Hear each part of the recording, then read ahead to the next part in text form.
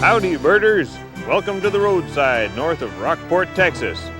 Those magnificent creatures on the post behind me, those are black vultures, and they are number 200 on our species list in this television series since we started 10 episodes ago. Now, hey, that calls for a celebration. Different birders have different means of celebrating these milestones. Some people, have a glass of wine, some have an ice cream cone, some do a little dance. I'm just gonna, be a little more subtle about it, smile to myself, and look forward to number 201. Yes! 200! I didn't think we could do it. Right.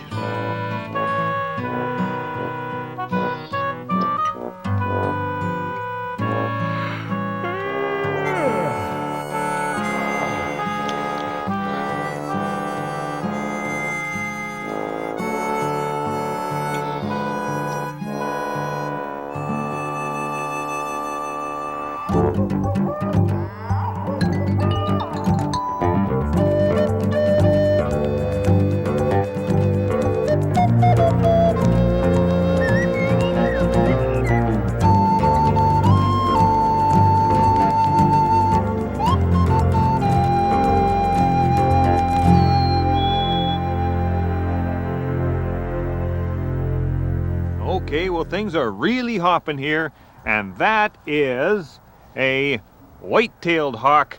Isn't that nice? That's a lifer for me. The white-tailed hawk is about the same size as the other big soaring hawks, the red-tailed and the Swainsons and so on, but it's a tropical species, mostly a Mexican species that just barely gets into coastal Texas. It likes these sorts of coastal grasslands and brushlands, and it eats just about anything it can catch and kill, and apparently also is attracted to grass fires, and it catches little rodents as they are being flushed out of their hiding place. Isn't that nice? Magnificent bird though, very good.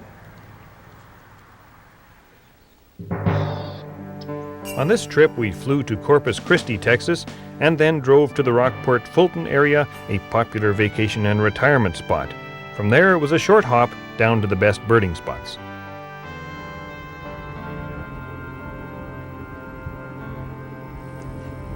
Well, it's a cool winter day here in the Aransas National Wildlife Refuge, and that alligator is soaking up the last little bits of sun that it can get here. It's nice to see an alligator. We're here with Elinor Dearden, who is a volunteer at the refuge, and of course the reason that most birders come to the Aransas Refuge is to see the whooping crane, isn't it? Yeah. That's right. That's the prime Yeah. bird. Now, you're a Canadian volunteer, aren't you, here? Yes, I am. Originally from Ontario? I'm from Ontario, just down for a couple of months. Yeah, that's, most of the birds we're seeing here so far are Canadian birds too, aren't they? That's right. There's snowbirds too. That's right. Well, there's a few birds. It's just we're not overwhelmed with the Gulf Coast specialties yet. What have we got here? We've got American coot and pied-billed grebe. Then we had a lesser scaup. Oh, that's right. Yeah, it was a lesser scaup, quite a dingy-looking lesser scaup, not a young one. Really, yeah, a young one. Yeah. And now, Eleanor, there's another good-looking Canadian sort of bird, the white pelican. Look at them That's all. a beautiful flock. Now, a lot of people can confuse them with whooping cranes in flight, don't they? That's right. Of course, the whooping crane has a much bigger wingspan and flies much differently. He doesn't Yes. soar like that. And a longer neck too, instead of the long That's bill. right. But still that white wing with the black wingtail. Well, I hope we get a good look at the whooping cranes. Oh, I'm sure we will. Yeah, I hope Yes. so. Good.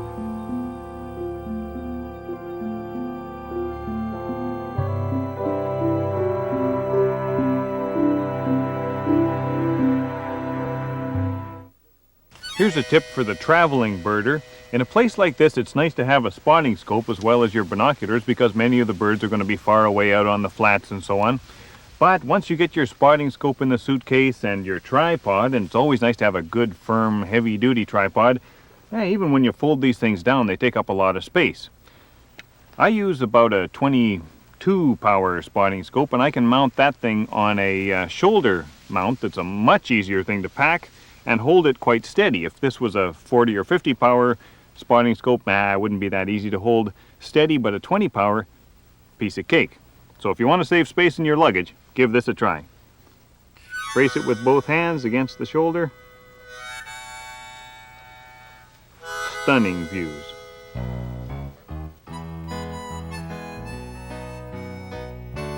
Oh, that's a really good look at a northern harrier. Typical feeding, well, not feeding, looking for feeding style of moving in slowly low over the marsh. This is Jones Lake, and although I've heard that everything in Texas is big, this Jones Lake looks a lot more like Jones Pond to me. But that's okay, because we've seen some species here that we haven't seen elsewhere. The ruddy duck, that's a nice little duck in the winter plumage, a tiny little thing, quite drab, very colorful in the summertime though. The gadwall, another of the puddle ducks, and the common moorhen, which is essentially a very fancy sort of coot. So that's not too bad at all. Oh, I should mention the alligator here. The one alligator is, in fact, big, and this seems to be its lake. I think its name is Jones. Like any good waterbird sanctuary, the Aransas Refuge has a beauty of an observation tower. Once you get to the top, you need to use binoculars, but you do have a very good chance of seeing the big white birds themselves, no matter how far off they might be. Well, there they are. 4 whooping cranes. Isn't that nice? Thank you, Elinor. All the way down from Wood Buffalo National Park? Yes, they made it safely. They're Canadians like us, I guess? Yes. Although I guess, you know, the scientific name of the whooping crane is Grus americana, and the Sandhill crane is Grus canadensis. Well, no, I didn't know that. I don't know That's if we're going to give them that one. But anyway, it's really nice to see them. That even though they're so far away. Well, each pair takes such a big territory. Each pair needs 300 acres. Mm-hmm. And so you get the one pair here and the other pair over here. And of course, that's their territory. Sure. So that's all you ever see. You're very lucky to see 4 all at once, because today they're sort of visiting in close together. But often I guess that's the reason why Aransas Refuge is so big, too, isn't it? You need that much space. That's right. To accommodate that number of cranes. Yeah. Tell me, when do the cranes arrive here? Well, they start coming back about the 1st of November. Mm-hmm. Now, this year they've been very slow coming in, and there were some arrived last week. So they're still hopeful that the number will increase, because this year they're down 10 from last year. Oh, yes, I saw that up in the visitor center. Mm-hmm. How many, 132 There are or something like that? 132 have come back this year. Last year there were 142. And that's the total accounted for wild population of this species, is that right? Well, there are a few here and there, but that's the main wild flock. Yes. Yeah. And then there are some birds in captivity as well. Yeah, I think there are about 250 in the world. Yeah, boy, they're really endangered. That They is. are the most endangered of all the crane species, as I understand it. and a beautiful bird, too. Very spectacular. And how long do they stay before they head back up north in the spring? They start going back up in April, and they leave gradually. They don't fly in a flock. The sub-adults will fly together, so you might get 7 or 8 birds flying, but otherwise 2 or 3 is the most you ever see flying together. Yeah, so really if you want to see these birds, you either come down to Texas in the winter, or you go up to Fort Smith in the Northwest Territories so. in the summer. Yeah, how about that? Well, that's just fine. Well, That's I'm just glad fine. And I guess though really the best way to see them is not so much from this tower. It's to take one of the boats. Yes, one of the there are tour the boat boats. tours out of Rockport, and they come up the intercoastal, and they can pull in on shore and get fairly close to them, so people get a really good look at them, because here, of course, being a wildlife refuge, the idea is to keep the wildlife away from the people so they don't disturb it. So we don't allow you to get that close. Yeah, well, that's fine with me, because I'm going to take the boat tomorrow. Good. Yes. As the setting sun was spreading its gentle pastel tones across the landscape, I spent some time looking out on the tidal flats. A passing flock of sandpipers is always a pleasure to see, and there were multitudinous herons and ducks on the flats as well. There's some Caspian terns. Looks like they're going to share a fish. And this is a reddish egret, a scruffy-looking heron that has almost no patience. Instead of waiting for fish to swim by, it does everything it can to stir the fish up, running across the flats, twisting to and fro, and sometimes spreading its wings as well. Well, it doesn't look like there are any fish here.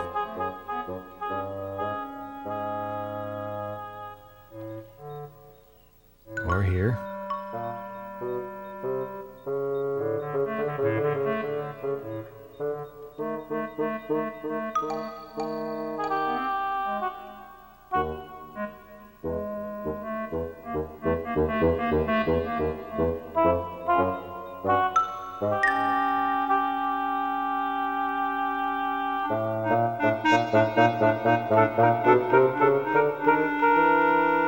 Or over here, for that matter. Should have caught one by now. That's a very enjoyable bird to watch, always doing something a bit goofy.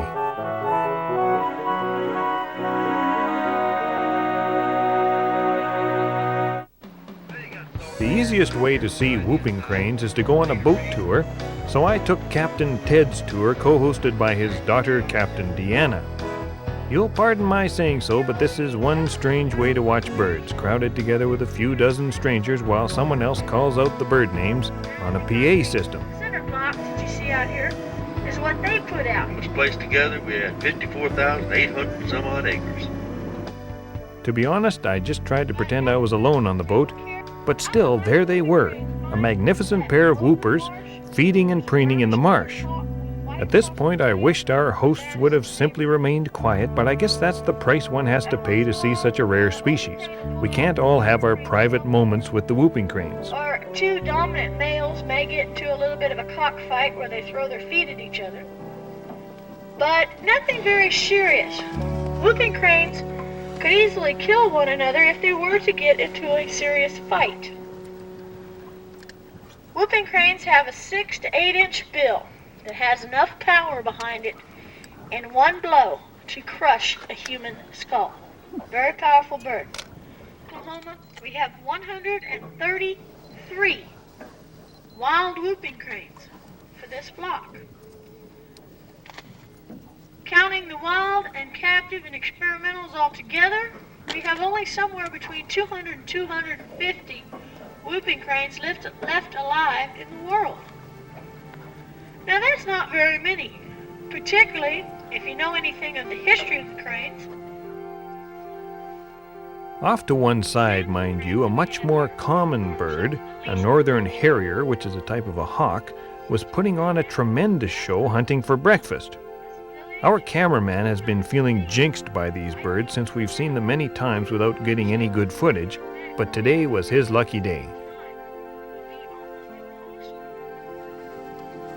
We had 136 whooping cranes leave the refuge last year and go to Canada. Only 127 of those returned to from Canada. There was 15 chicks known to have survived the summer in Canada, but so far only 7 have arrived at the refuge. We do know of one young chick.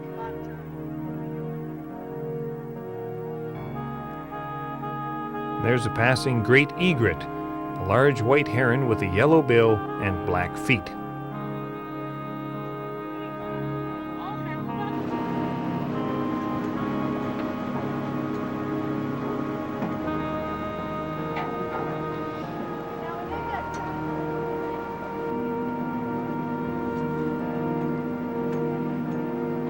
And of course the great blue heron, the most familiar heron to a Canadian like myself.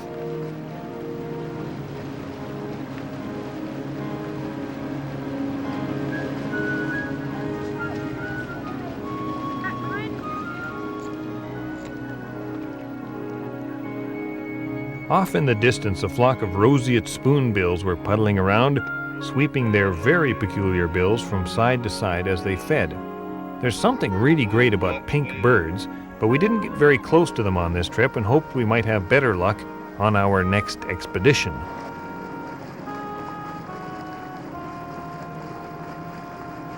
There's some more whooping cranes with a brownish young one among them. This is a family group on its traditional winter territory. And as the boat gently rocked up and down, We listened to the captains as they told the whooping crane story one more It also time. can be used as an identifying characteristic of the whooping cranes and other cranes throughout the world.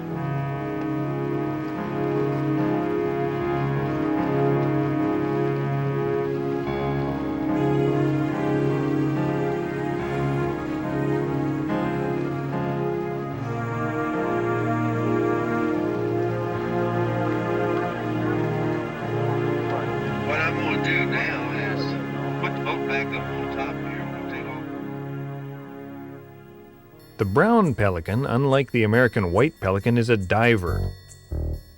They are huge birds, but their wingspan is still some 60 centimeters less than that of a white pelican, which probably helps make them a bit more maneuverable.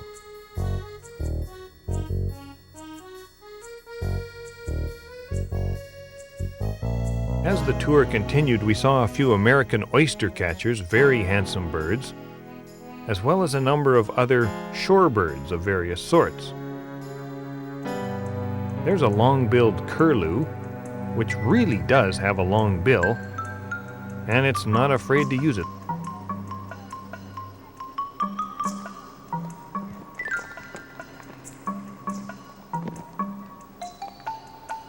Look at how far down into the muck that bird is willing to stick its head.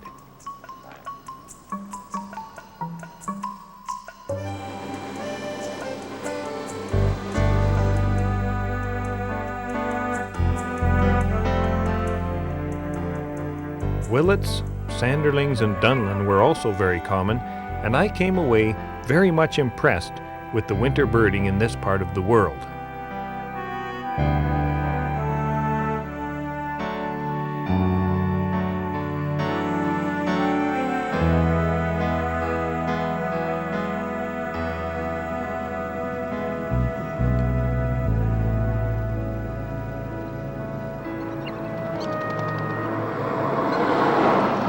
Okay, well, let's do some basic Texas birding here. Now, we probably should have done this in the first place, but the good thing is you can get to know the more common, the more expected sorts of species right here in the Rockport, Fulton area before you leave your hotel or motel.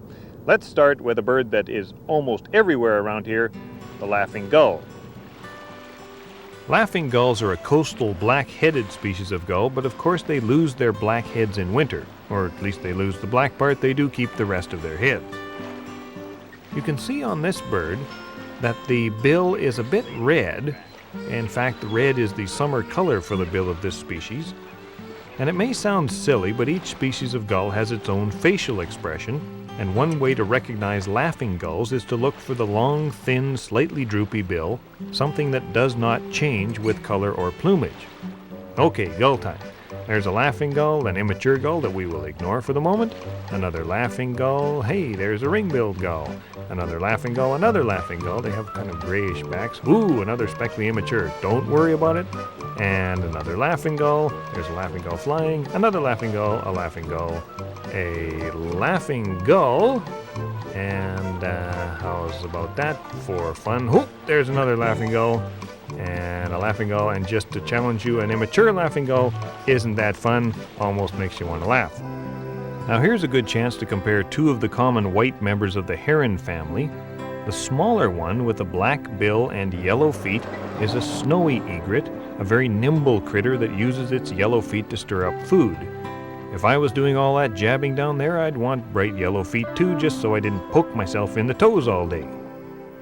The bigger, more stately great egret has the opposite arrangement, a yellow bill and black feet. And although it is not exactly sedentary, it doesn't have quite the same agility as the snowy.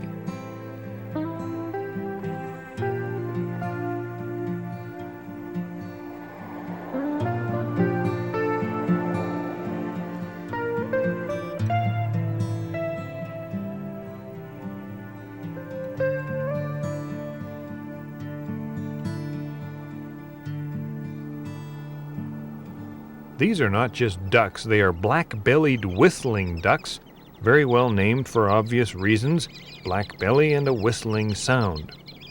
They are very quarrelsome, but they're also quite gregarious, and this is one of the best places to see them since they are a tropical species.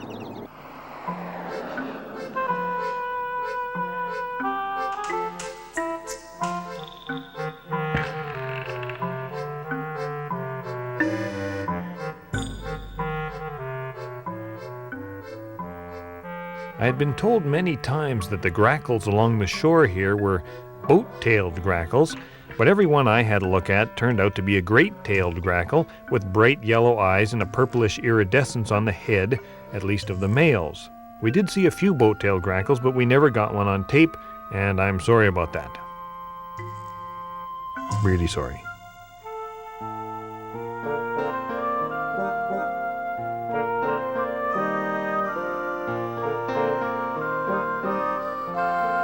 Another great blue heron, the largest of the herons and the most noble, always a treat to see even among all of its exotic companions here on the Gulf Coast of Texas.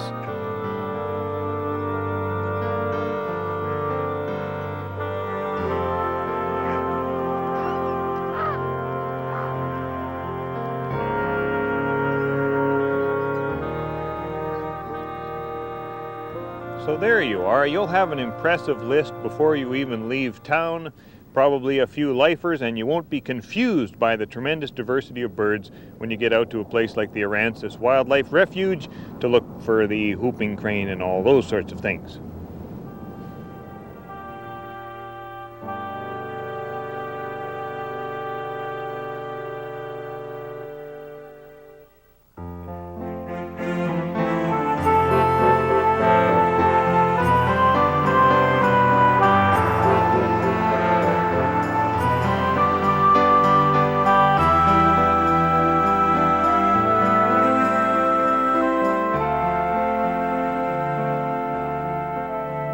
Whooping cranes aren't the only kind of crane that you can see here. Those are Sandhill cranes, a gray crane slightly smaller than the whooping crane, but still a fantastically impressive bird. And they don't like the coastal wetlands, they like places like this, farm fields, upland, drier habitats. Gorgeous birds, nice to see them.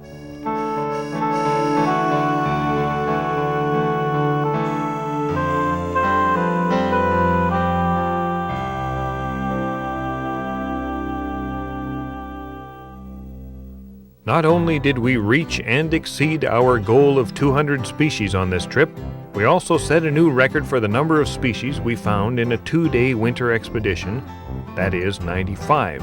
I don't think we can make it to 300 in only 3 more shows for this season, but I wouldn't be surprised if we saw 250 or even 275, given that our total to date is already 237.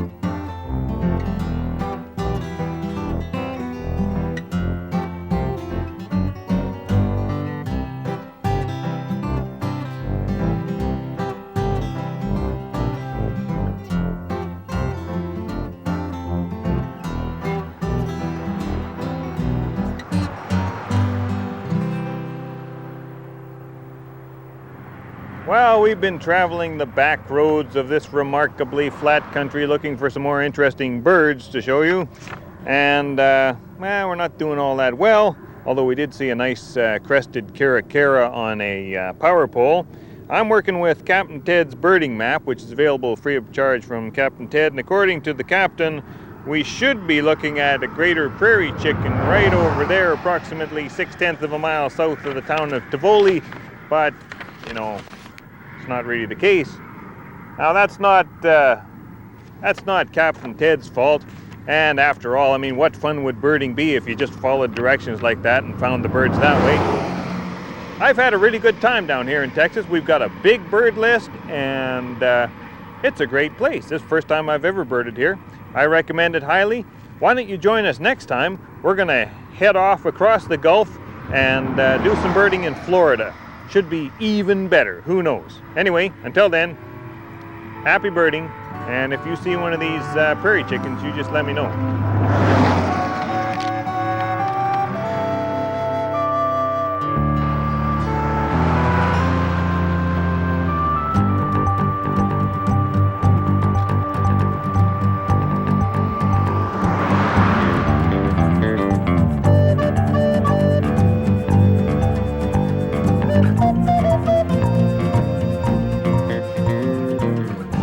The response to our Name the Show contest has been overwhelming, and I'd like to thank all of you who entered, especially those of you who are now in the running for those stunning Leica binoculars. The title choices have been narrowed down to Twits and Pishers, the current title, Cheap Trills, Flock on the Wild Side, Bird's Eye View, and The Traveling Birdwatcher. You have just 2 weeks to mail or fax your vote to the Discovery Channel.